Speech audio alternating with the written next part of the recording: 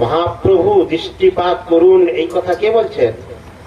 গ্রন্থাকার বৃন্দাবন দাস ঠাকুর। হেনমতে বিদ্যারসে মহাপ্রভুর প্রথম লগ্নে তিনি বর্তমানে যে কথা আমরা শ্রবণ করছি, তিনি সেই অবস্থায় বিদ্যার বিলাসী ছিলেন, বিদ্যারসে। তাই বলছেন হেনমতে বিদ্যারসে শ্রী বৈকুণ্ঠনাথ। বৈকুণ্ঠের নাথকে? নারায়ণ, বৈকুণ্ঠ অধিপতি অর্থাৎ নারায়ণ অর্থাৎ ভগবান। সবার তিনি গর্ব, সবার অহংকার।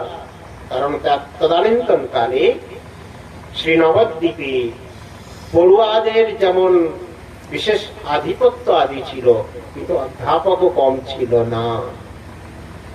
বড় বড় পণ্ডিত ভট্টাচার্য, মিশ্র, চক্রবর্তী আদি সব বড় বড় দিগ্বিজয় পণ্ডিত আদি সেখানে ছিলেন। তাদেরকে তিনি পরাস্ত করেছেন। কোটি অর্বুদ অধ্যাপক নানা শস্ত্ররাজ, ভট্টাচার্য, চক্রবর্তী, মিশ্র বা আচার্য, অধ্যাপনা বিনা কারো আর নাহি কার্য। তোলে অধ্যাপন করাই মূলত কার্য আদি ছিল এই ব্রাহ্মণ ভট্টাচার্য, চক্রবর্তী, মিশ্র আদি। যদ্যপি সবের স্বতন্ত্র সবার জয়, শাস্ত্র চর্চা হইলে ব্রহ্মারে হো নাহি সয়। প্রভু যত নিরবধি আক্ষেপ করেন, পরস্পর শাশ্বতেই সবেই শুনেন। তথাপি হেন জন নাহি প্রভু পতি, বিরুক্তি করিতে কার নাহি শক্তি গতি। সবাই তো এই মানে অল্প বয়সী বালক, তার পাণ্ডিত্যতায় সবাই তার কাছে নতমস্তক ছিলেন। কেউ তার সঙ্গে বেশি তর্ক আদিতে যেতেন না। তথাপি হেন প্রতি তার প্রতি বিরুক্তি করিতে না, তার সঙ্গে বাগবিতণ্ডা করার শক্তি আর কারণ নেই। হেন সে সাধক জন্মে প্রভুরে দেখিয়া সবাই যায়েন একদিকে নম্র হইয়া। মহাপ্রভু যে পদ দিয়ে আসেন তাকে দেখে তার প্রতি আনুগত্য হয়ে নম্র হয়ে তারা অন্যান্য পড়ুয়া কিংবা ভট্টাচার্য আদি চলে যান।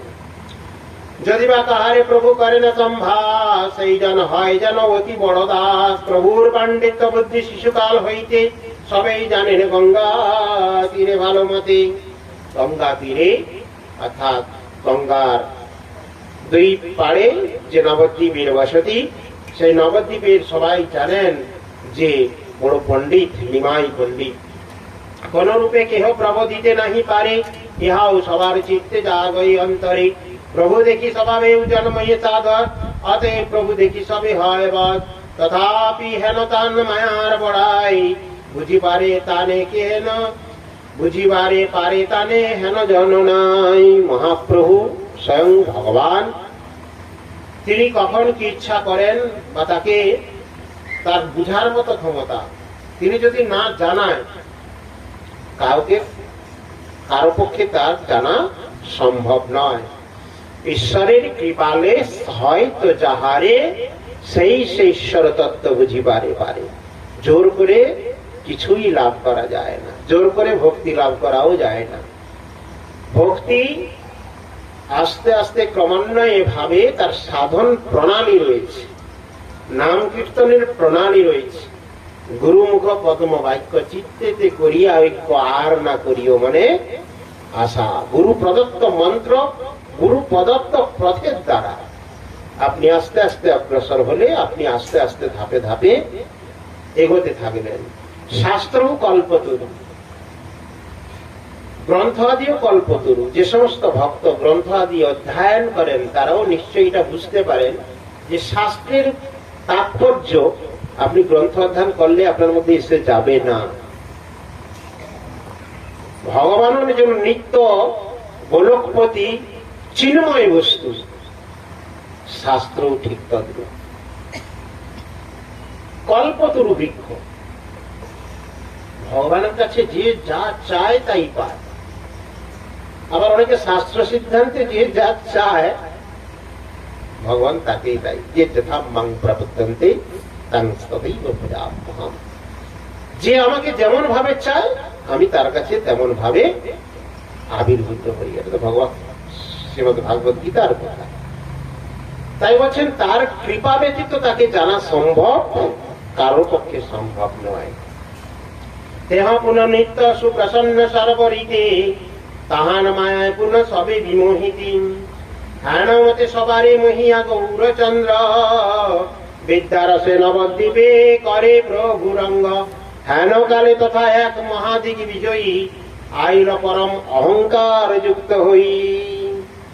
এরকম সময় যখন নিমাই পণ্ডিত তিনি তার বিদ্যার বিলাস প্রকাশ করছেন, এদিকে গৌর ভক্তগণ অর্থাৎ অদ্বৈত আচার্য আদি অন্যান্য ভক্তবৃন্দ মহাপ্রভুকে তো চিনতে পারছেন না, বুঝতে পারছেন না, বলে এটা যদি আমাদের সঙ্গে হতো। এইভাবে ভাবছে, এইভাবে দিন অতিবাহিত হওয়ার সময় ঠিক সেই রকম সময় দিগ্বিজয় পণ্ডিত, তখন দিগ্বিজয় পণ্ডিত চতুর্দিকে জন্মদ্বীপ, মানে শুধু ভারত ভূখণ্ড নয়, পুরো জন্মদ্বীপে মানপত্র নেওয়ার জন্য সর্বত্র তিনি বিরাজ করেছিলেন, হাতি ঘোড়া আদি চড়ে, সঙ্গে শিষ্য সামন্তকে নিয়ে। হয় আমার সঙ্গে তর্ক করো, না হলে রাজপত্র, যে তার অধীনস্থ তিনি যে শ্রেষ্ঠ পণ্ডিত, তার ছাড়পত্র বলুন কি মানপত্র বলুন, এটা প্রদান করুন। এটা হচ্ছে তার মূল কাজ। সেই দিগ্বিজয় পণ্ডিত সর্বত্র থেকে সেই পণ্ডিতের পত্র পেয়ে তিনি তখন ভাবলেন যে আমি জন্মদ্বীপে, বিশেষ করে মূল ঋষি মুনিদের বসবাস ছিল ভারতবর্ষে, তাহলে ভারতের মধ্যে সবচেয়ে তখনকার পণ্ডিত কোথায় ছিল? দুটি জায়গা ভারতে পণ্ডিত,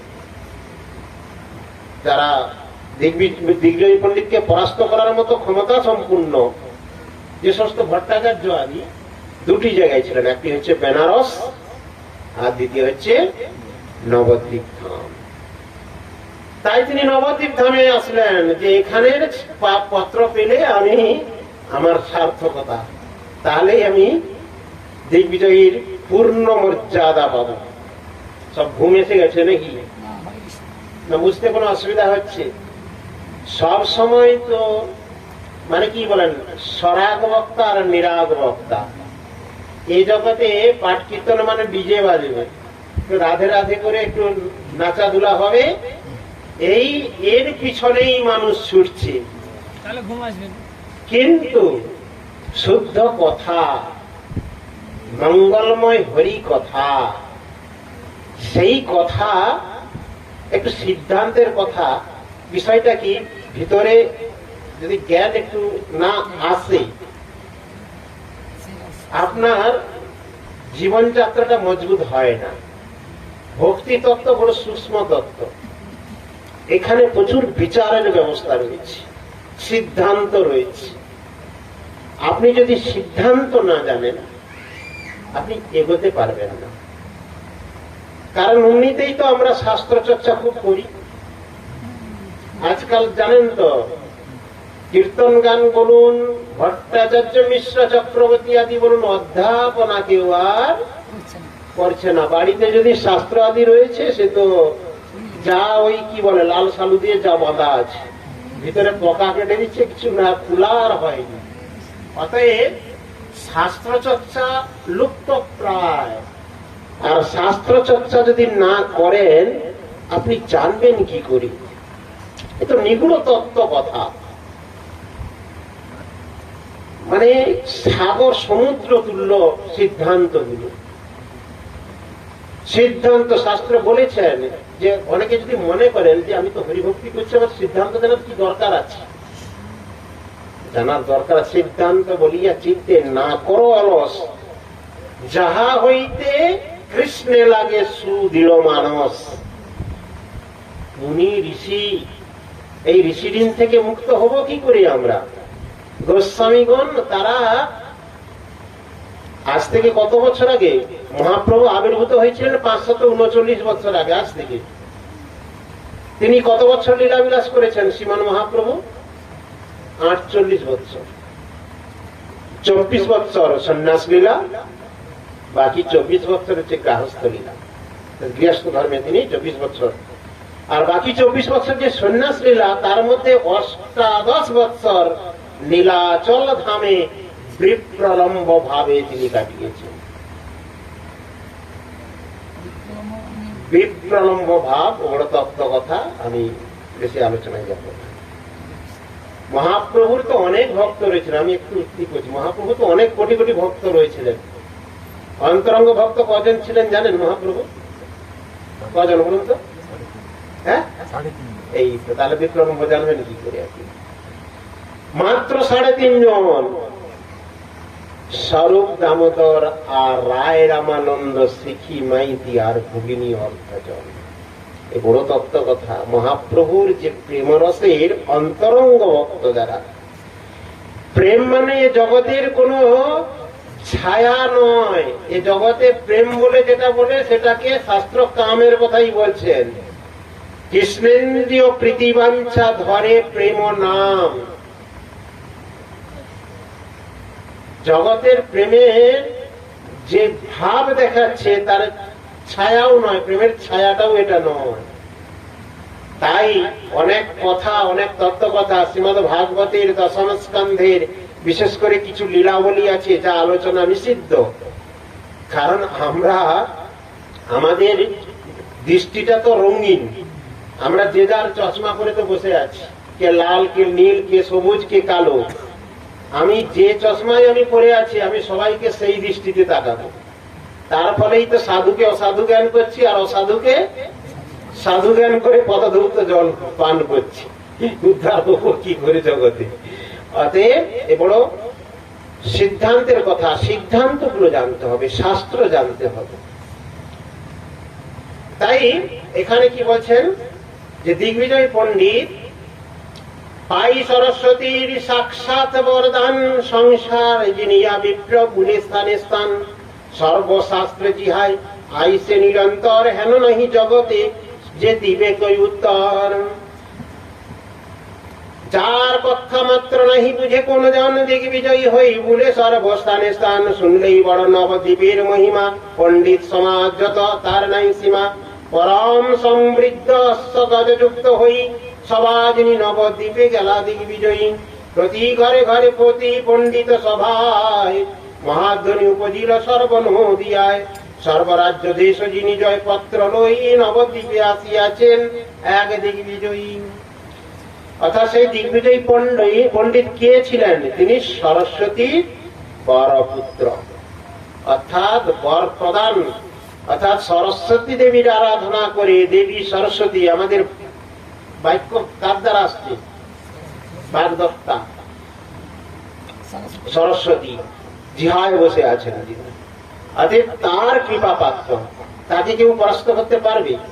সাক্ষাৎ সরস্বতীর কৃপা পাত্র, সরস্বতী দেবী যাকে আশীর্বাদ করেছে যে তুমি দিগ্বিজয়ী হও। তাহলে অদ্বিতীয় হয়ে গেছেন দিগ্বিজয়ী তিনি।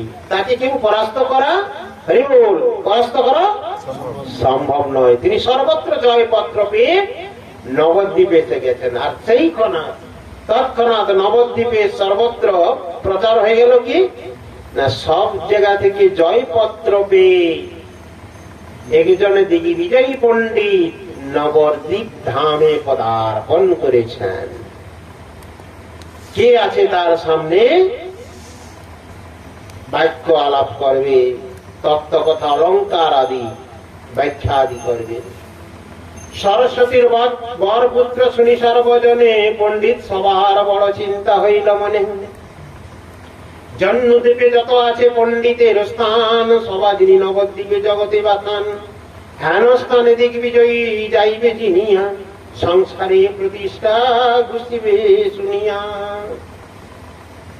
নবদ্বীপের পণ্ডিতরা কি চিন্তা করছেন? জন্মদ্বীপের মধ্যে একমাত্র পণ্ডিতদের বসবাস এই নবদ্বীপ ভূমিতে, নবদ্বীপ ধামে। আর সর্বত্র জয়পত্র নিয়ে, সব জায়গা থেকে জয়পত্র নিয়ে এই দিগ্বিজয়ী নবদ্বীপে এসে গেছেন। আর ইনি যদি এখানে দিগ্বিজয়ী, এখানেও যদি দিগ্বিজয়তা বজায় রেখে জয়পত্র নিয়ে চলে যায়, পরবর্তীকালে এই নবদ্বীপের আর কেউ মর্যাদা দিবে? তাহলে কি বলছেন যে সবাই অপ্রতিষ্ঠা, অর্থাৎ নবদ্বীপের যে প্রতিষ্ঠা, এখানে পণ্ডিতদের বসবাস, এই প্রতিষ্ঠা থাকবে না। এটা নিয়ে সবাই পণ্ডিতগণ বড় চিন্তিত।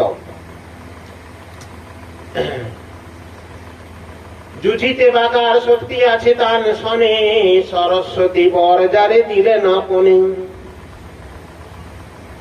সরস্বতী বক্তা যার জিহায় আপনে, মানুষে কি বাদে কবু পারে তার শনে। সহস্র সহস্র মহা ভট্টাচার্য, সবেই চিন্তেন মনে ছাড়ি সর্বকার্য। চতুর্দিকে সবেই করেন কোলাহল, বুঝিবা হইবার যায় বিদ্যাবল। এসব বৃত্তান্ত যত পড়ুয়ার গণে, কহিলেন নিজ গুরু গৌরাঙ্গের স্থানে। এক দিগ্বিজয়ী সরস্বতী বাস করি, সর্বত্র জিনিয়া বুলে জয়পত্র ধরি। হস্তি ঘোড়া দোলা লোক অনেক সংহতি, সম্প্রতি আসিয়া হইল নবদ্বীপের স্থিতি। নবদ্বীপে আপনার প্রতিদ্বন্দ্বী চায়, নহে জয়পত্র মাগে সকল সভায়। এই কথা যখন সর্বত্র আলোচনা হচ্ছে, পণ্ডিতগণ চিন্তা করছে যে যাকে স্বয়ং সরস্বতী দেবী বর প্রদান করেছে, তার সঙ্গেও আমরা পক্ষ করবো কি করে, সম্ভব নয়। আর এইদিকে এই সমস্ত কথা শিষ্যগণের মাধ্যমে নিমাই পণ্ডিত অর্থাৎ মহাপুরু শুনতে পেলেন যে এরকম হস্তি ঘোড়া দোলা, এখনকার দিনের যাতায়াতের তো এইরকমই ব্যবস্থা, হাতি ঘোড়া দোলায় চেপে তো তিনারা এসেছেন অনেক শিষ্য সঙ্গে নিয়ে। তো তিনি সর্বত্র জয়পত্র পেয়েছে, এখানে জয়পত্র হলেই তিনি তার দিগ্বিজয়িতার সম্পূর্ণতা হবে। তাই সেই জয়পত্রের জন্য এসেছেন এবং আহ্বান করছেন, কেউ আমার সঙ্গে এসে তর্কযুদ্ধ করো অথবা আমাকে জয়পত্র প্রদান করো। শুনি শিষ্যগণের বচন গৌরমণি, হাসিয়া কহিতে লাগিলেন তত্ত্ববাণী। শুনো ভাই সব এই কহি তত্ত্ব কথা, অহংকার না সহেন ঈশ্বর সর্বথা। যে যে গুণে মত্ত হই করে অহংকার, অবশ্য ঈশ্বর তাহা করে না সংহার। ফলবন্ত বৃক্ষ আর গুণবন্ত জন, নম্রতা সে তাহার স্বভাব লক্ষণ। হই হই নমুষ্য বেণবান নরক রাবণ, মহাদিক বিজয়ী শুনিয়াছ যে যে জন।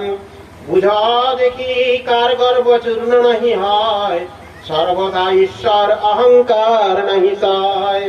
এ থেকে তাহার যত বিদ্যায় অহংকার, দেখিবে ইথাই সব হইবে সংহার।